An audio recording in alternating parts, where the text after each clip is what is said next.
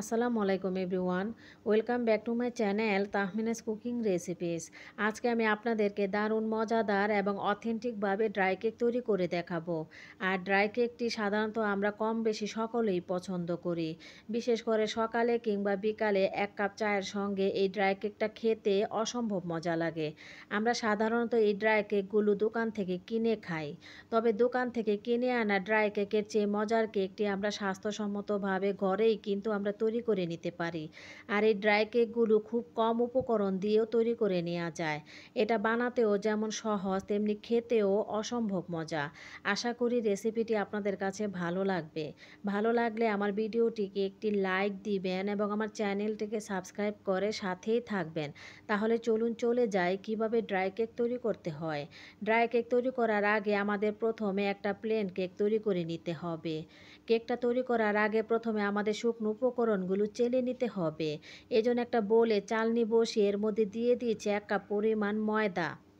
এখানে আমি তীর ব্র্যান্ডের ময়দাটা নিয়েছি। দিয়ে দিচ্ছি ২ টেবিল চামচ পরিমাণ কর্নফ্লাওয়ার। বেকিং পাউডার দিচ্ছি ১.৫ চা চামচ পরিমাণ। আর দিচ্ছি ২ টেবিল চামচ পরিমাণ গুঁড়া দুধ। চেষ্টা করবেন গুঁড়া দুধটা দেওয়ার, এতে করে কেকটার টেস্ট অনেক ভালো আসে। এখন সব শুকনো উপকরণগুলোকে চেলে নিচ্ছি। চেলে নেওয়া হয়ে গেলে এখন একটা স্প্যাচুলার মাধ্যমে সব শুকনো উপকরণগুলোকে ভালোভাবে মিশিয়ে একটা সাইডে রেখে দিচ্ছি।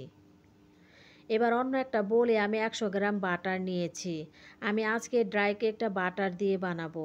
আপনারা চাইলে এই কেকটা তেল কিংবা ঘি দিয়েও বানিয়ে নিতে পারেন।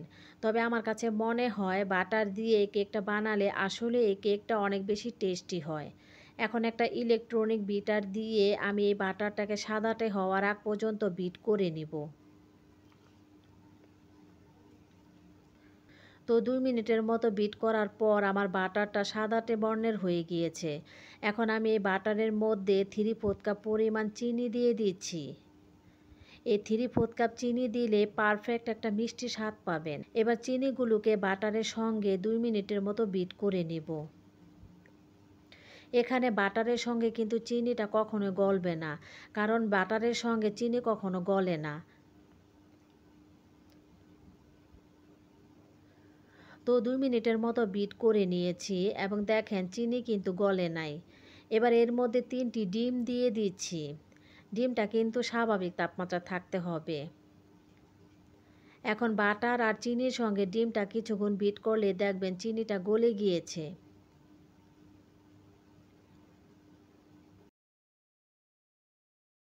তো দেখেন কিছুক্ষণ বিট করার পর কিন্তু চিনিটা গলে গিয়েছে। এবার এর মধ্যে ভ্যানিলা এসেন্স দিয়ে দিচ্ছি ১ চা চামচ পরিমাণ। আমি এখানে রেড ব্যানের ভ্যানিলা এসেন্স দিয়েছি। ড্রাই কেকটা সুন্দর একটা কালার আনার জন্য দিয়ে দিচ্ছি সামান্য পরিমাণ ইয়েলো ফুড কালার। এটা অপশনাল, আপনারা চাইলে স্কিপ করতে পারেন। আর দিচ্ছি ২ টেবিল চামচ পরিমাণ তেল। এখন আমি এই সব কিছুকে জাস্ট ৩০ সেকেন্ডের মতো বিট করব। এর চেয়ে বেশি বিট করার দরকার নাই। তো মিশিয়ে নেওয়া হয়ে গিয়েছে। এখন এই মেরাঙের মধ্যে শুকনো উপকরণগুলো দিয়ে মিশিয়ে নিব। তবে একসাথে সব শুকনো উপকরণ দিয়ে দিব না। ৩ ভাগের ১ ভাগ দিয়ে হ্যান্ড হুইস্কের মাধ্যমে ফোল্ডিং মেথডে এই শুকনো উপকরণগুলোকে আস্তে আস্তে করে মিলিয়ে নিচ্ছি। আর অবশ্যই শুকনো উপকরণগুলোকে আস্তে আস্তে করে মিলাতে হবে।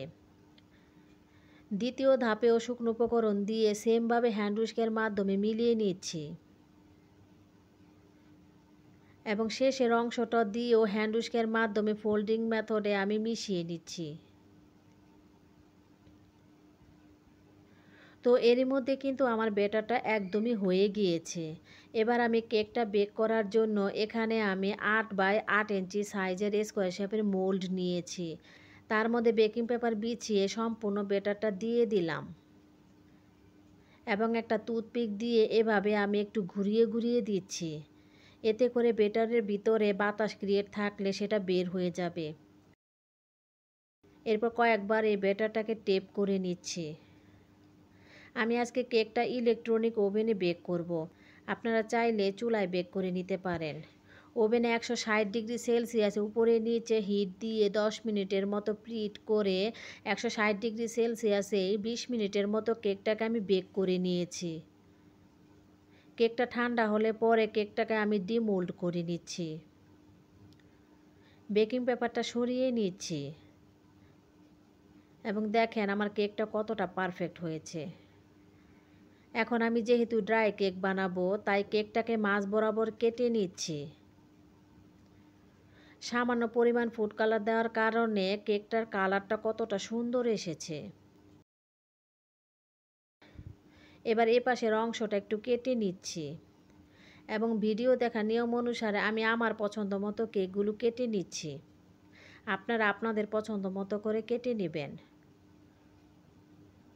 তো এটা কেটে নিয়েছি, এবার এটাও সেমভাবে কেটে নিচ্ছি। সবগুলো কাটা হয়ে গিয়েছে। এবার আমি যেহেতু ড্রাই কেক তৈরি করব তাই এই কেকগুলোকে ওভেনের ট্রের মধ্যে বেকিং পেপার বিছিয়ে এর মধ্যে কেকগুলো সুন্দর মতো ট্রের মধ্যে সাজিয়ে নিচ্ছি। এবারে কেকগুলোকে ড্রাই করার জন্য আমি আবারও ওভেনে 160 ডিগ্রি সেলসিয়াসে 10 মিনিট প্রিহিট করে প্রথমে এক পাশ 15 মিনিটের মতো বেক করব। 15 মিনিট পর এক পাশ হয়ে গেলে এটাকে উল্টিয়ে দিয়ে আবারও অপর পাশটাও আমি 10 মিনিটের মতো বেক করে নিয়েছি। পরের বার যখন কেকটা ওভেনে দিবেন তখন কিন্তু অবশ্যই 8 থেকে 10 মিনিটের বেশি দিবেন না, এতে করে কিন্তু কেকটা বেশি পুড়ে যাবে। আমার ড্রাই কেক হয়ে গিয়েছে। গরম অবস্থায় কিন্তু এই ড্রাই কেকটা নরম থাকে, তবে ঠান্ডা হলে পর এই কেকগুলো একদম মুচমুচে হয়ে যাবে। তো এগুলো ঠান্ডা হতে থাক। প্রায় 30 মিনিট পর ফিরে আসলাম। আমার ড্রাই কেকগুলোও ঠান্ডা হয়ে গিয়েছে। এবার একটা কেক আমি আপনাদেরকে ভেঙে দেখাচ্ছি কতটা পারফেক্ট হয়েছে এবং মুচমুচে হয়েছে। তো ভাঙাটা দেখে নিশ্চয়ই বুঝতে পারছেন আমার ড্রাই কেকগুলো কতটা পারফেক্ট হয়েছে এবং মুচমুচে হয়েছে।